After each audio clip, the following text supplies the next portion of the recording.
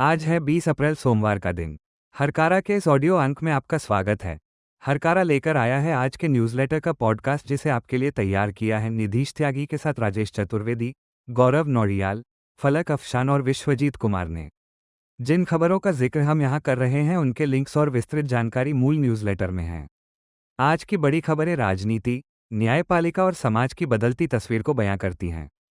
पश्चिम बंगाल में चुनाव की आहट के साथ ही दिल्ली दरबार ने पूरी ताकत झोंक दी है, जहां केंद्रीय सुरक्षा बलों की भारी तैनाती और ममता बनर्जी के आरोपों ने सियासी माहौल गरमा दिया है।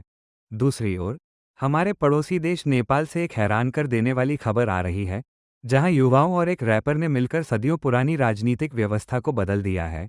धार्मिक आस्था और विज्ञान के बीच भी एक नई बहस छिड़ गई है, क्योंकि जहां गंगोत्री मंदिर में प्रवेश के लिए पंचगव्य का सेवन अनिवार्य कर दिया गया है, वहीं भारतीय पशु चिकित्सा अनुसंधान संस्थान के एक ताज़ा अध्ययन ने गोमूत्र को इंसानों के लिए असुरक्षित बताया है। साथ ही हम बात करेंगे न्यायपालिका में गहराते हितों के टकराव और बढ़ती शिक्षा की लागत की, जो आम आदमी की कमर तोड़ रही है। इन सभी खबरों पर विस्तार से चर्चा करेंगे, तो बने रहिए हमारे साथ। द टेलीग्राफ की ब्यूरो रिपोर्ट के मुताबिक कोलकाता में रविवार को केंद्रीय सुरक्षा बलों के 5 प्रमुखों की एक बेहद अहम बैठक हुई। इस बैठक में सीआरपीएफ, बीएसएफ, सीआईएसएफ, एसएसबी और आईटीबीपी के महानिदेशकों ने बंगाल चुनाव के लिए एक अभूतपूर्व सुरक्षा खाका तैयार किया है। रिपोर्ट में बताया गया है कि इस बार बंगाल चुनाव में केंद्रीय बलों की लगभग 2,500 कंपनियां तैनात की जाएंगी, जिनमें करीब 2 लाख जवान शामिल होंगे। मुख्यमंत्री ममता बनर्जी ने इस कदम पर कड़ी नाराजगी जताते हुए इसे राज्य के चुनाव में केंद्र का सैन्य हस्तक्षेप करार दिया है। वहीं टीएमसी सांसद महुआ मोइत्रा ने आरोप लगाया है कि यह बीजेपी के पसंदीदा अधिकारियों का जमावड़ा है। दूसरी तरफ, सुरक्षा अधिकारियों का कहना है कि यह केवल निष्पक्ष चुनाव कराने की एक सामान्य प्रक्रिया है। हरकारा यूट्यूब चैनल पर वरिष्ठ पत्रकार राजेश चतुर्वेदी ने निधीश त्यागी के साथ बातचीत में बंगाल और केंद्र के बीच बढ़ते टकराव के कई और पहलुओं को उजागर किया है। रिपोर्ट के अनुसार, ममता बनर्जी ने आरोप लगाया है कि केंद्रीय एजेंसियां उनके 800 से ज्यादा बूथ एजेंटों को गिरफ्तार करने की साजिश रच रही हैं। इस टकराव की आग तब और बढ़ी जब चुनावी रणनीतिकार संस्था आईपैक के दफ्तरों पर छापे पड़े और उसके सह संस्थापक विनेश चंदेल की गिरफ्तारी हुई। ममता सरकार का दावा है कि केंद्र ने मनरेगा और आवास योजनाओं का 2 लाख करोड़ रुपए का फंड रोक दिया है। इसके अलावा मतदाता सूची से करीब 90 लाख मतदाताओं के नाम हटाए जाने को लेकर भी राज्य सरकार और चुनाव आयोग के बीच तलवारें खिंची हुई हैं। द टेलीग्राफ इंडिया के लिए स्नेहमय चक्रवर्ती की रिपोर्ट एक दिलचस्प जानकारी देती है कि इस बार बंगाल में बीजेपी के लिए आरएसएस पर्दे के पीछे से एक विशाल अभियान चला रहा है।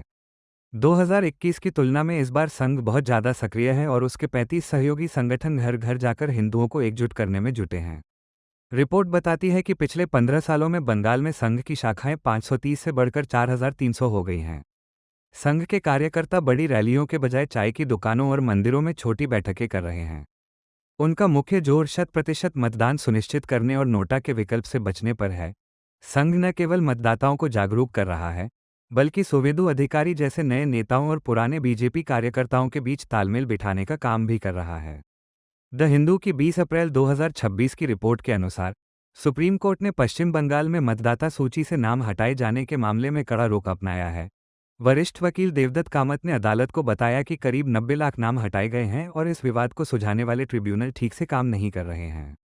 मुख्य न्यायाधीश सूर्यकांत और जस्टिस जोयमाल्या बागची की बेंच ने इस पर गहरी नाराजगी जाहिर की और कलकत्ता हाईकोर्ट के चीफ जस्टिस से तत्काल रिपोर्ट मांगी है। अदालत ने चुनाव आयोग को निर्देश दिया है कि जिन लोगों की अपील अप्रैल के अंत तक स्वीकार हो जाती है, उन्हें वोट डालने का मौका दिया जाए। तृणमूल कांग्रेस ने इसे चुनाव आयोग और बीजेपी की मिलीभगत बताया है, जबकि मामला अब कानूनी पेंच में फंस गया है। ऐश्वर्या राज की एक रिपोर्ट के मुताबिक, चारधाम यात्रा के शुरू होते ही गंगोत्री मंदिर समिति ने एक विवादित नियम लागू कर दिया है। अब मंदिर में प्रवेश के लिए भक्तों को पंचगव्य यानी गोमूत्र, गोबर, घी, दूध और दही के मिश्रण का सेवन करना अनिवार्य होगा। मंदिर समिति के अध्यक्ष धर्मेंद्र सेमवाल का कहना है कि इसका उद्देश्य अविश्वासियों को बाहर निकालना और केवल अटूट आस्था रखने वालों को ही दर्शन की अनुमति देना है। वहीं यमुनोत्री मंदिर में ऐसी कोई शर्त नहीं रखी गई है। स्थानीय विधायक सुरेश सिंह चौहान ने इस फैसले का समर्थन करते हुए इसे शुद्धिकरण की प्रक्रिया बताया है।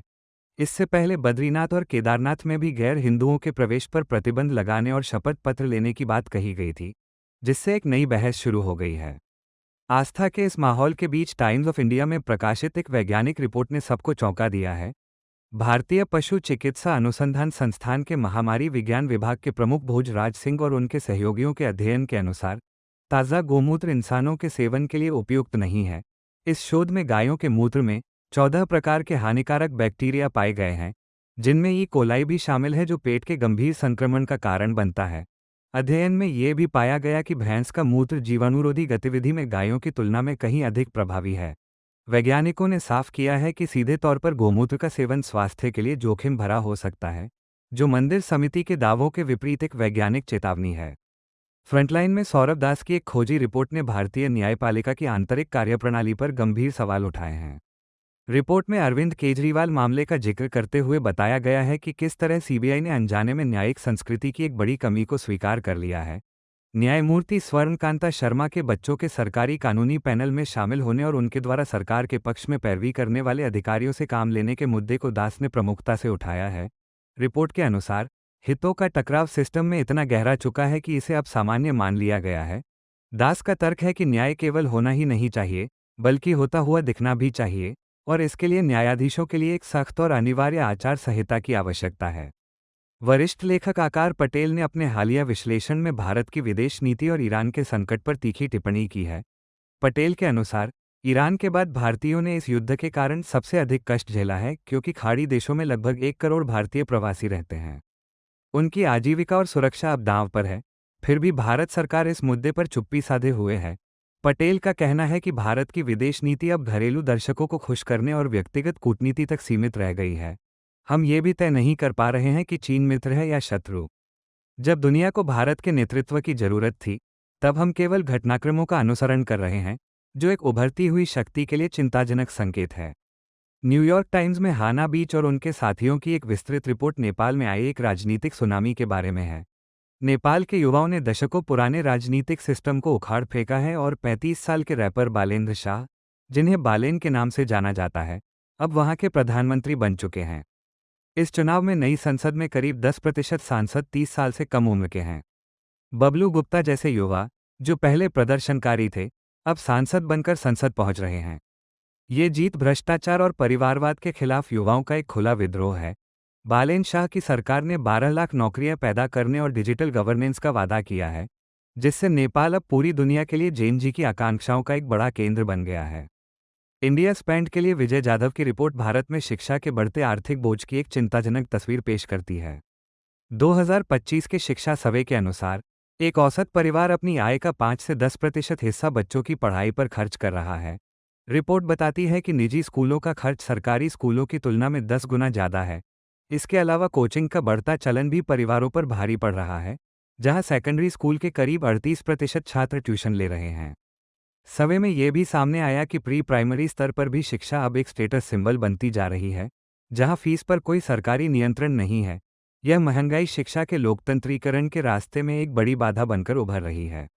सोशल मीडिया पर इन दिनों सिबा अलखियामी का गीत दोन्ना जबरदस्त तरीके से वायरल हो रहा है।